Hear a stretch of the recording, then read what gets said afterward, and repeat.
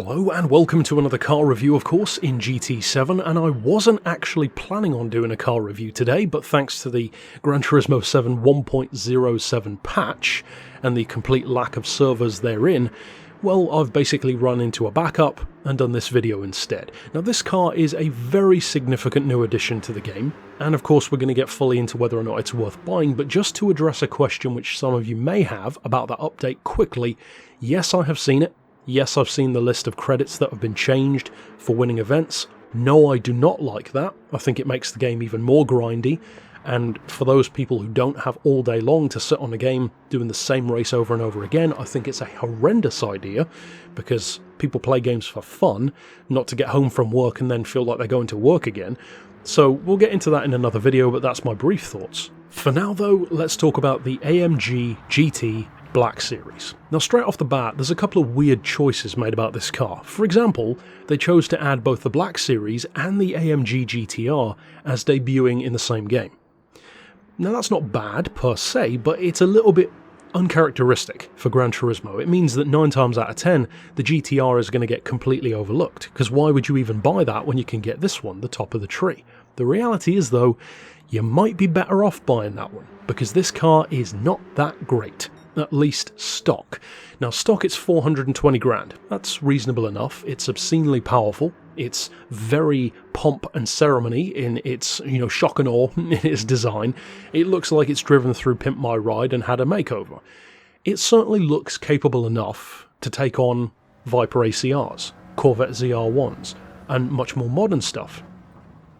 Especially on a track like Laguna Seca. But that's the problem. It's quick in a general sense, but it just doesn't feel it. This thing is so heavy through corners that it feels like you're wrestling against the car all the time. And the brakes, don't even get me started. Stock at least, they are simply horrendous. It feels like, much how people used to malign the SLR McLaren back when it first came out, they just have no feel. No matter how powerful the active aero and the strong brakes are, it just doesn't feel like the car is slowing down in time. And on any kind of technical circuit, such as a prime example here at Laguna Seca, a super tight, very technical circuit which is semi-challenging and great for bringing the best out of a high-performance exotic, it feels like a chore, to be honest, driving this car here. I tried different driving approaches, which is why you'll notice such a disparity in my lap times. I tried going quicker, I tried drifting it more. It just doesn't feel like this car really knows exactly what it wants to be. On the surface of things, it seems like a hardcore track day special, which it technically is, and I'm sure it feels fantastic in real life, but in the game it's just odd. It feels very odd. It feels, to be honest, like a bloated cruiser with very tacky aero that doesn't really do much in practice. And speaking to that aero, the worst point about this car is easily the extreme high-speed performance. Because when I did a tune setup, unsurprisingly for me, as is the history of the channel for Special Stage Route X, I of course drove it with and without the rear wing to see what kind of speeds we would be running. Incidentally, there was virtually no difference, which is odd in a game that's trying to be more realistic, but there you go. The real point that I'm getting at, though, is that for some strange reason, especially with that stock active wing, this actually handles like a Veyron at high speed, and I think, to be honest, that's actually a very good comp for this car in all circumstances. This really does feel like you're driving a Veyron, just one that has rear-wheel drive instead. It's heavy, it doesn't have that great of a braking system, it feels like a chore to drive without tuning, and for all of the effort that you put in, to me at least, it doesn't really feel like you get that much reward out. Very Veyron-esque. As much as I adore the Veyron in real life, it's just not the best of cars in a game. Now, with that being said, the part that's really Veyron-ish is how the active suspension and aero works on Route X, because when that wing goes up and down, seemingly at random times, even when you're already going well above 200 miles an hour, the suspension also self-adjusts, kind of locking into place, then dropping, then raising, then dropping, and it ruins the handling of the car. It's literally all over the road, even in a straight line. Now, granted, on a lot of tracks, you're not going to be doing 260 miles an hour that often, but this car can do it, so it is going to be a problem if you ever do.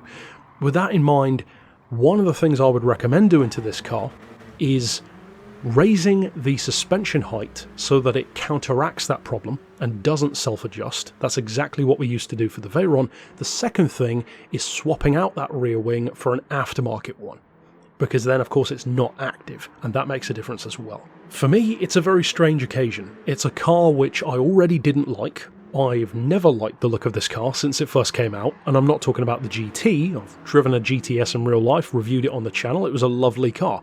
I'm talking specifically the Black Edition. It's just never did it for me. But in the game I was hoping for more. In the game I was hoping this could be a monster around the track, and maybe on the right track it could be, maybe for the right driver it could be, and of course, as I said, mine is fully tuned, so doubtless it could give you one hell of a lap time.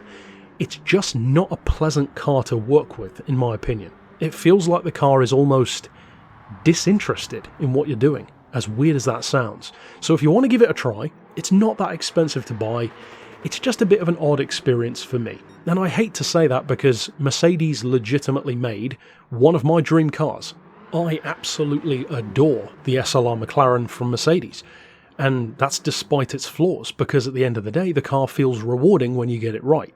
This one, not so much, at least not for me. It feels kind of like driving a big green whale with a wing stuck on top. But feel free to disagree down below, doubtless many people will, and of course, if you want to check out, generally speaking, more positive reviews of cars which you should and shouldn't buy in the game, then of course follow the channel for more. But until next time, I'll see you then, and for now, as always, thanks for watching.